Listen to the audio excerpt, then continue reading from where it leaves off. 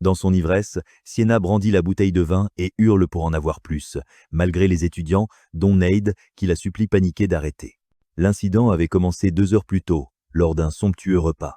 Les étudiants furent surpris de voir Sienna, accablée par le chagrin suite au départ d'Armin, commencer à se servir du vin. Interrogée, elle demanda froidement pourquoi elle n'avait pas le droit de boire alors qu'ils pouvaient s'introduire chez elle à leur guise. Ne réalisant pas la détresse de Sienna, Ned acquiesça joyeusement et l'encouragea même à boire, pensant que c'était son jour de congé. Ce soutien innocent avait mené à la situation chaotique actuelle. Pendant la fête, Sienna prit la bouteille de vin et proposa un verre à Ned. Bien qu'elle critiquât les élèves, trop jeunes pour cela, elle lui remplit tout de même le verre. Quant à Ned, il accepta avec joie, y voyant une belle opportunité de plaire à la professeure et d'en tirer profit. Un plan astucieux germa dans son esprit, Ned se promit de découvrir le point faible de Sienna. 1 heure plus tard, cependant, la situation s'était complètement inversée. Non seulement le plan de Ned échoua lamentablement, mais il en devint la victime. Sienna, complètement.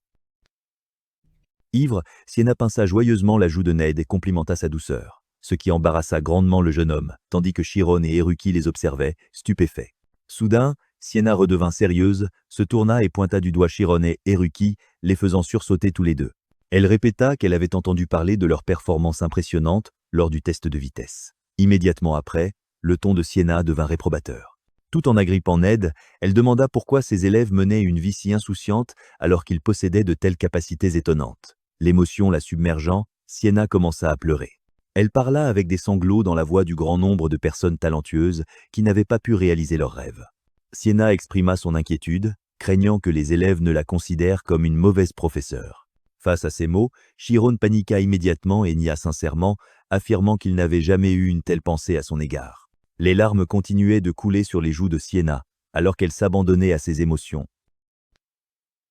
Après l'ivresse et les confidences émouvantes, Sienna s'écroula soudainement sur la table, inconsciente. Les apprentis stupéfaits l'appelèrent avec inquiétude sans réponse. Pendant ce temps, Eruki restait serein, indifférent, comme s'il avait terminé son repas. Ned secoua Sienna avec panique, mais sa plus grande préoccupation était l'onéreuse facture de la fête non réglée. Chiron tenta également de réveiller la professeure, le visage empli d'inquiétude. Au milieu de la confusion, un inconnu apparut soudainement derrière Chiron, remarquant l'état d'ébriété de Sienna. Pendant que le groupe était encore désorienté par Sienna ivre, un étranger bien habillé s'approcha et proposa de la ramener chez elle dans sa calèche.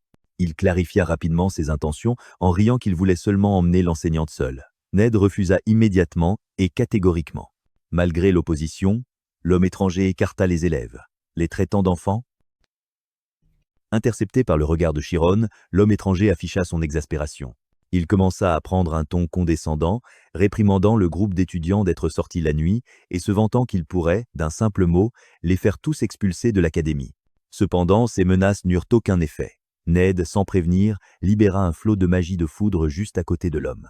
L'étranger fut pris de panique extrême face à cette puissance inattendue, réalisant qu'il s'agissait de magie et devinant que ses étudiants venaient de la prestigieuse académie d'Alphéas. Ned le prévint froidement de s'en aller s'il ne voulait pas le regretter.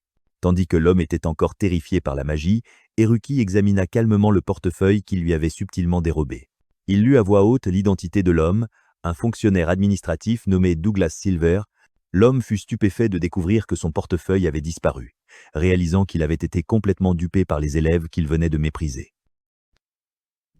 Eruki rejeta froidement le portefeuille au fonctionnaire, le défiant de trouver quelqu'un de la famille Mercodine s'il voulait le renvoyer. Il déclara être prêt à l'affronter à tout moment.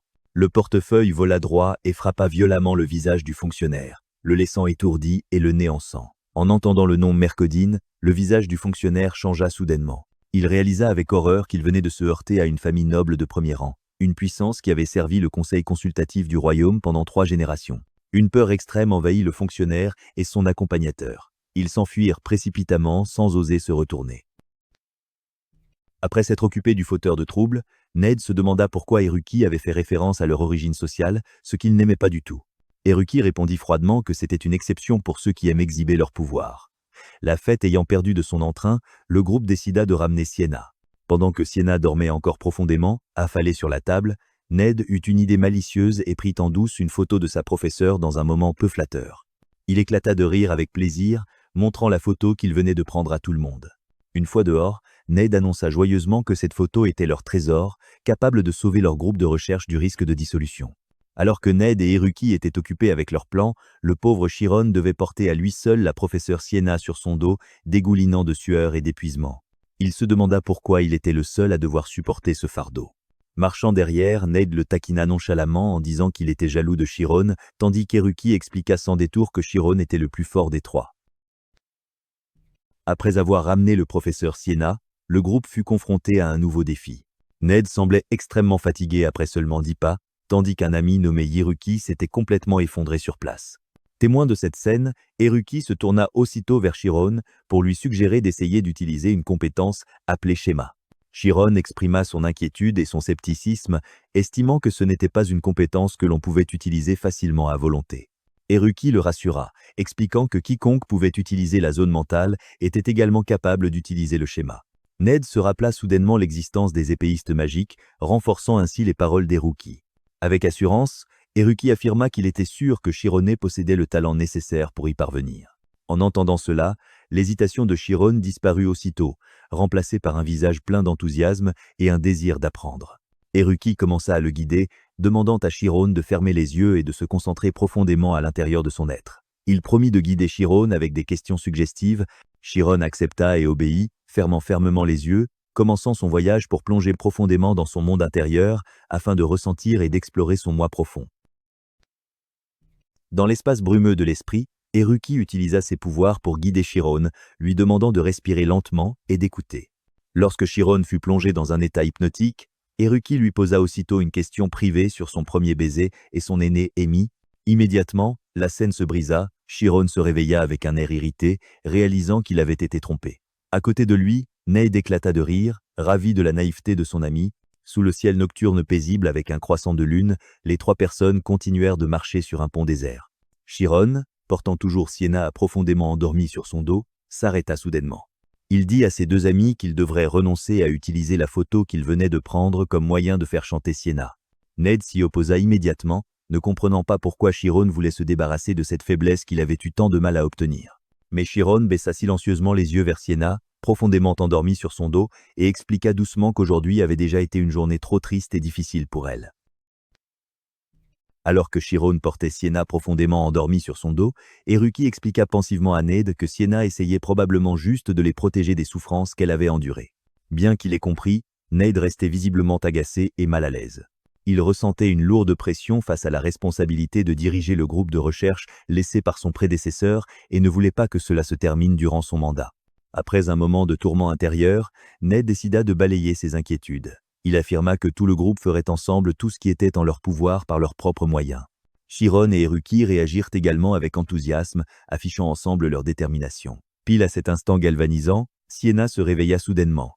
Encore à moitié endormie sur le dos de Chiron, elle demanda ce qui les rendait si joyeux. Le réveil inattendu de leur enseignante fit sursauter les trois garçons, qui crièrent de peur à l'unisson. Chiron s'enquit avec inquiétude en voyant que Sienna s'était réveillée. Sienna tourna le dos à ses élèves, s'excusant doucement de leur avoir causé des ennuis.